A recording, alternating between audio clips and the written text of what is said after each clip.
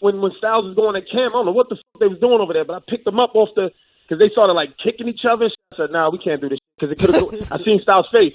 Dipset versus the Lox was classic, and things did get a little heated. Nobody going to jail tonight in New York City. No shooting, no stabbing, no none of that. But did you know this kick cost millions of dollars? And I'm like, nah, that's my man. It wasn't even like that. They're like, no. And then it was mention of gang-related activity while you guys were on stage. First and foremost, let me say this. I don't like losing, never. I never like losing. But if I had to lose to anybody and still live with it and not be that mad or be upset about it, it's the Lox. This is New York is here. 2 extra whores. I'm in a new Aston with 2 extra doors. My man is a creep from under the rock. Linking up with Cam, linking up with the rock. This is the story behind Dipset versus the Lox. They are the Lox.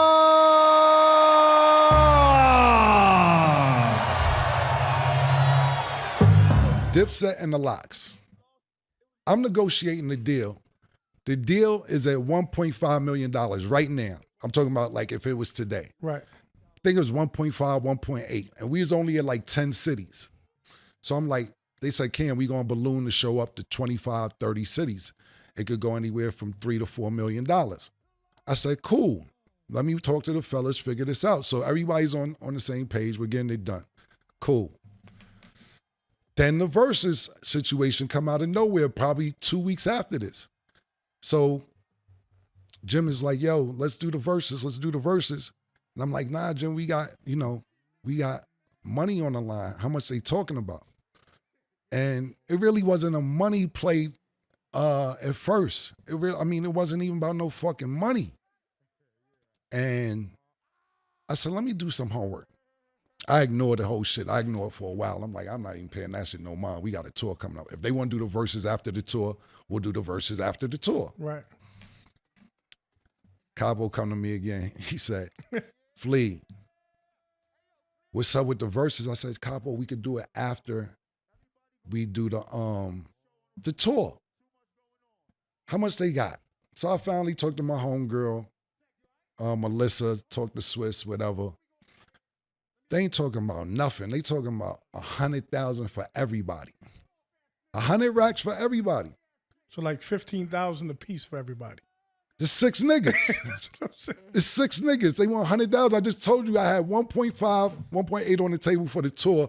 Could have ballooned up to $3-4 million. Right.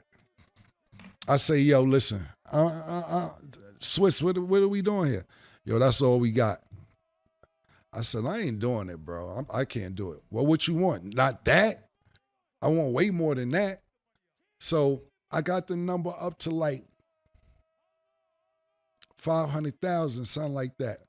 This for everybody still. Right. I'm like, nah, bro. This ain't even 100,000 for everybody. So Kiss hit me. He like, Killer, I knew you get that number up. I knew you get that number up, nigga. And I'm like, hell yeah, I'm gonna get the number up, man. We gonna get the number up, but we got a tour that's worth way more than this. Why are we doing this? Let's do it after the tour. So Capo like, Cam is in Madison Square Garden. They have a fight that night. The camera's gonna be set up. This, that, and the third. They can't do it another time. I'm like, nah, bro, I ain't doing this shit. So Capo said to me, Cam, every dollar I make from this Verzuz, I will give to you. I just want to perform in the Garden again. So I'm like, damn, Capo really want to perform, do this Verzuz. I'm like,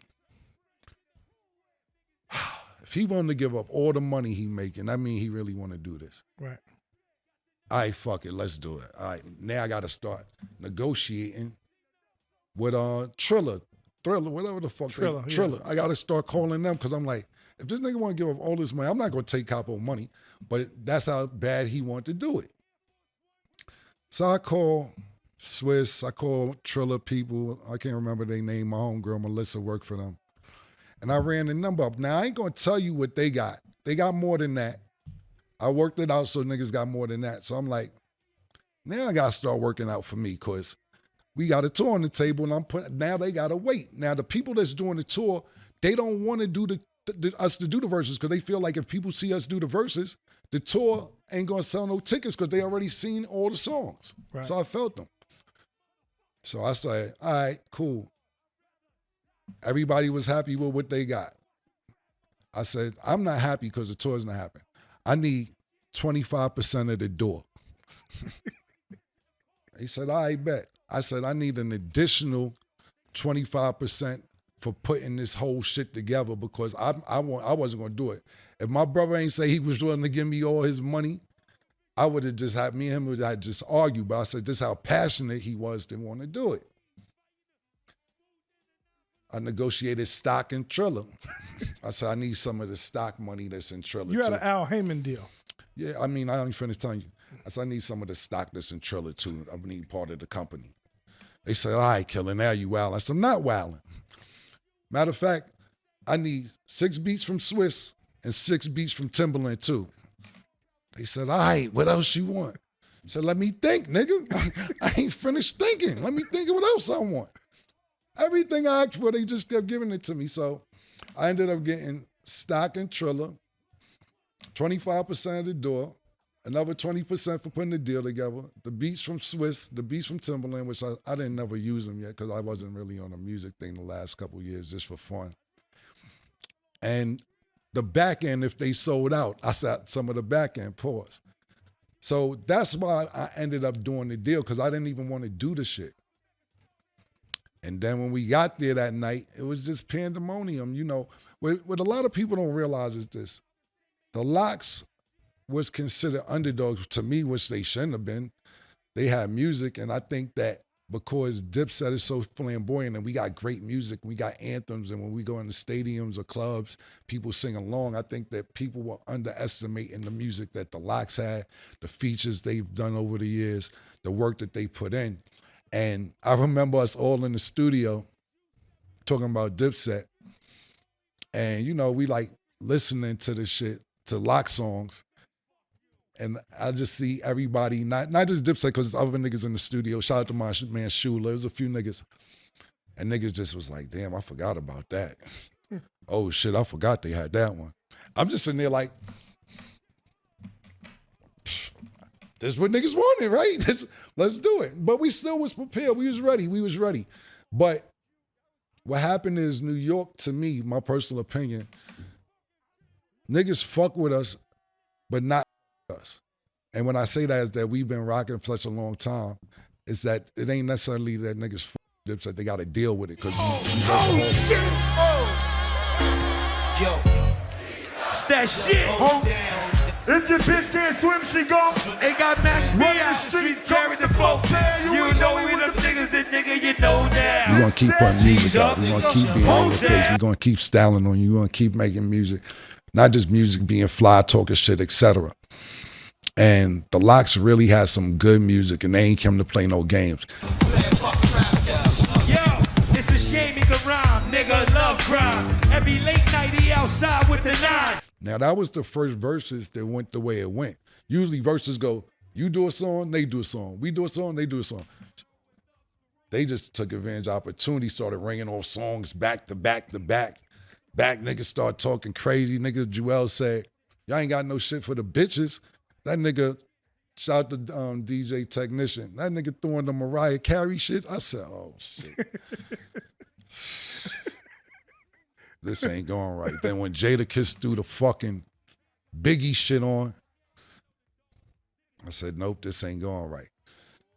This is not right. Now, mind you, we losing bad the whole night from the beginning. So I had a freestyle ready that I was going to do towards the end of the night. But we was down so bad when I was about to do it, the crowd didn't even want to hear it and started booing. I was like, this is just fucked up. Everything went left that night. Yeah. But those is like my niggas, so I didn't really mind losing to them niggas like that.